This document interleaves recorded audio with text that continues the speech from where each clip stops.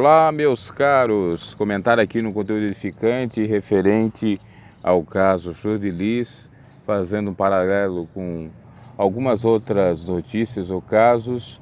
Deixe seu like, se porventura não é inscrito no canal, se inscreva. Bom, esse caso aí já está se arrastando por mais de um mês, um caso bastante complexo e que pode vir a ser o maior escândalo do mundo evangélico se for confirmado as suspeitas de que a própria cantora, pastora e deputada Flor de Lis esteja envolvida.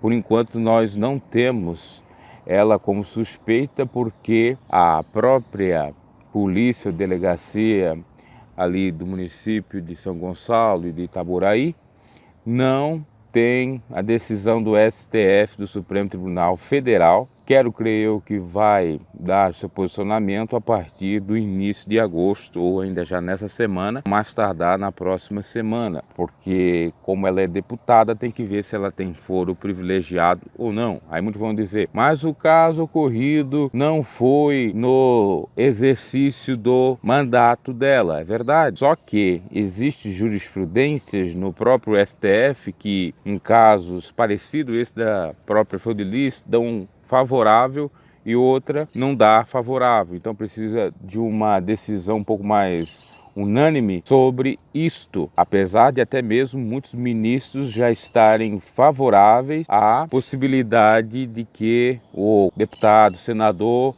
não tem o próprio foro privilegiado quando é em caso semelhante a esse da própria Flor de Lis. Só que precisa, como já disse, da própria decisão do STF para colocar um ponto final nisso. A polícia do Rio está aguardando só essa decisão. Interessante, falando do STF, agora nós tivemos na posse do presidente Dias Toffoli, um sujeito pertencente às religiões afrodescendentes, energizando lá o STF, né? E dizendo que conhece Dias Toffoli desde quando ele era o advogado do PT. Então você percebe, né, que lá tem bastante energia e algumas energias até não são lá muito boas, né? Não fazendo aqui um desmerecimento, tendo algum preconceito de ordem de religião, mas sim com relação ao próprio Dias Toffoli, que a gente percebe que ele tem bastante energia, porque quem falou de estar energizando o STF, o então religioso, foi o próprio Dias Toffoli, que disse que era necessário o convite dele. O religioso chegou a dizer que estava muito lisonjeado pelo fato de ter sido convidado. Poderia ter sido outros homens, outras mulheres, outras autoridades mais influentes e ele foi ali honrado com aquele convite. Então você percebe, né? Que a gente deve pregar assim o respeito e não a questão de fato, concordar com determinadas práticas. E isso é no campo da teologia, né? No campo do direito nem caberia este que é de religião afrodescendente. O interessante é que quando se fala que os evangélicos têm que dominar o STF, e o Bolsonaro falou um terrivelmente evangélico, a mídia critica. Mas quando é alguém de cultura afrodescendente da sua religião, eles deixam, não, é isso aí, o Estado é laico, tem que permitir. Pois é laico quando eles querem a religião que lhes agrada. Agora, quando é as religiões que não lhes agrada, não é laico, não pode estar lá. Olha a hipocrisia nesse sentido. Agora, o meu posicionamento sobre isso é não ter interferência nenhuma de religiosos, mas sim que sejam nomeados ministros do STF para honrar a pátria, honrar a própria Constituição, já que o STF é o guardião da Constituição, e serem ministros exemplares. É isso. Inclusive até esse religioso acabou falando sobre isso. Muito interessante a sua fala.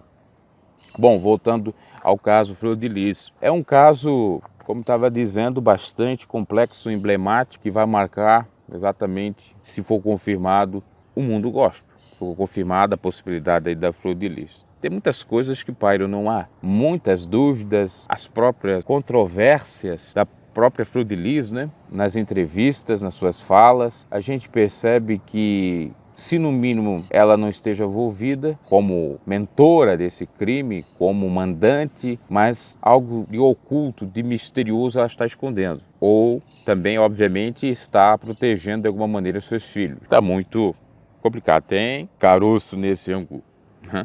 E tem muito mesmo. Até pelo fato dos filhos ter se rompido com o ministério, com a Flor de Lis, também já indica alguma coisa. Aí os contra vão dizer, ah, mas ele não era filho dela, o Daniel, né? Nós não temos nenhuma prova sobre isso. Ah, porque uma falou, porque outra falou. Vamos esperar, aguardar, né? Que agora todo mundo sabe alguma coisa, né? Tem gente aí no YouTube dizendo, olha, eu te conheço a pistoleira.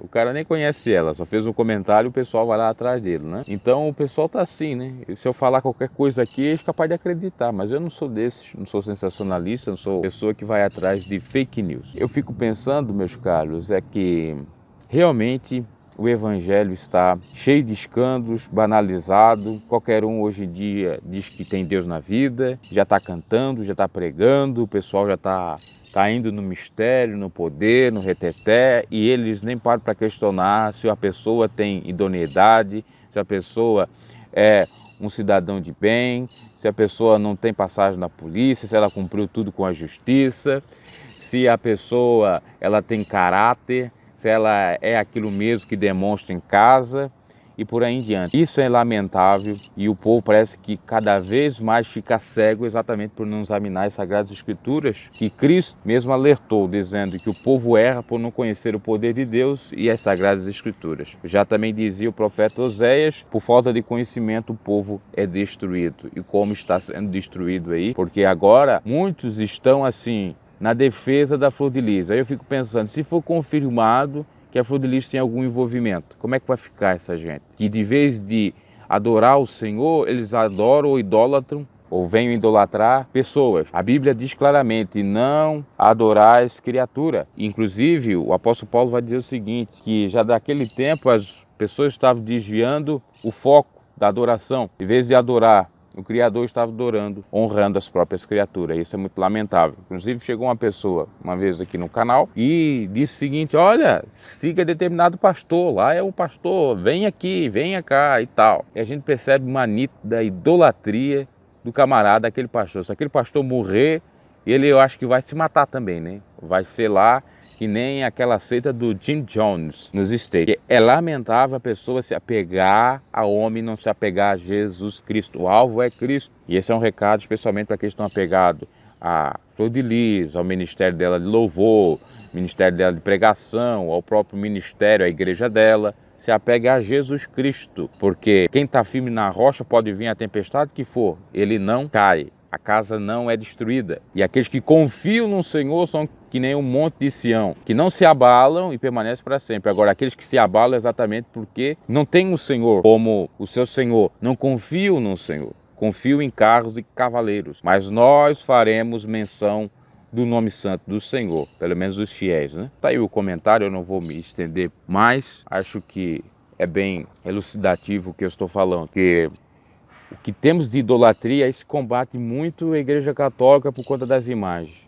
Mas quantos idólatras nós temos no meio protestante? Quantos? Ah, o pastorzão, meu amigão, se o pastor morrer e tal, né? Aí cumpre aquilo de modo simbólico que Jesus falou. Fere, o pastor dispersa as ovelhas. Claro que o pastor dos pastores é Jesus Cristo.